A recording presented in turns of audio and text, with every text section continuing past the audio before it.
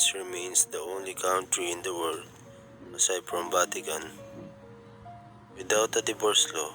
Because of this, thousands of Filipinos stay trapped in toxic, abusive, or irreparable marriage with no real option to rebuild their lives.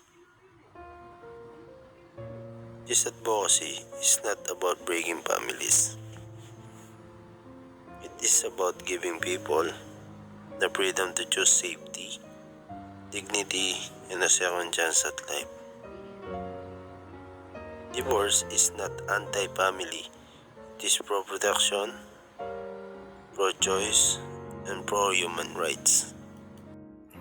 Some say we already have annulment, but annulment in the Philippines is low complicated and extremely expensive, costing anywhere from 200,000 to 500,000 pesos. Whereas annulment requires proving that the marriage was invalid from the start, yet many marriages begin well and only become harmful later. For people suffering from abuse, manipulation, abandonment, or betrayal, annulment is not realistic. Without divorce, they are legally trapped in pain.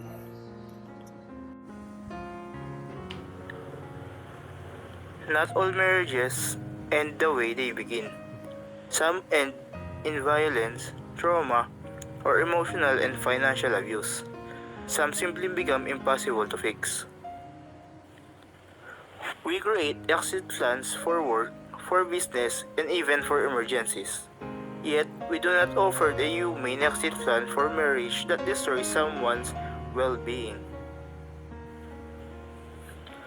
Divorce gives individuals a safe, legal, and dignified path to live a relationship that harms them. It also protects children who often suffer the most inside homes filled with conflict.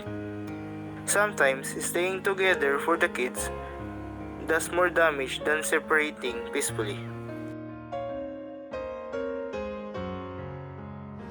There are many misconceptions about divorce. Some fear people will separate more easily, but in many countries, when couples have the freedom to live, they also take commitment more seriously. Divorce doesn't force anyone to separate, it simply provides an option when the relationship has already collapsed beyond repair. Others argue it goes against religion, but divorce is a civil option, not religious requirement. No one is forced to use it. Those who choose to stay married can stay. What is important is recognize the personal beliefs should not trap others in suffering. Divorce is not immoral. It's a path to peace, safety, and healing for those who desperately need it. 4. A divorce law that protects victims of domestic abuse, gives couples a dignified and realistic exit, creates safer, healthier environments for children, respect both personal rights and family values. This is not about destroying families, it is about protecting them by ending harm, by allowing new beginnings, and by correcting a new system that leaves people with no way out.